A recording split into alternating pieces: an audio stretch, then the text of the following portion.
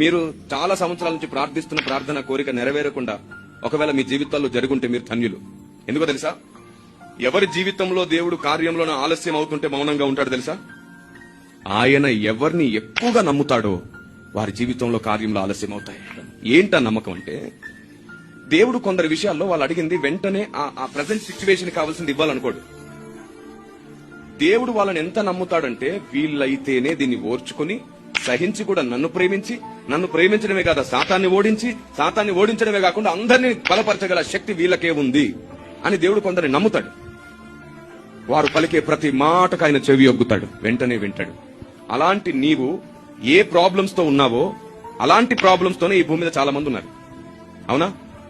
అయితే నువ్వు అదే ప్రాబ్లం గురించి నీ కోసం చేసుకోకుండా, ఏ సమస్య అయితే ఉందో నీకు అదే సమస్యతో బాధపడుతున్న అనేకుల కొరకేడు భారంతో నిండిన నీ హృదయం చేసే ప్రార్థనను బట్టి వారిని విడిపించి వారు విడుదల పొందిన ఆశీర్వాదం నీ పిల్లలకిస్తాడు ఆయన.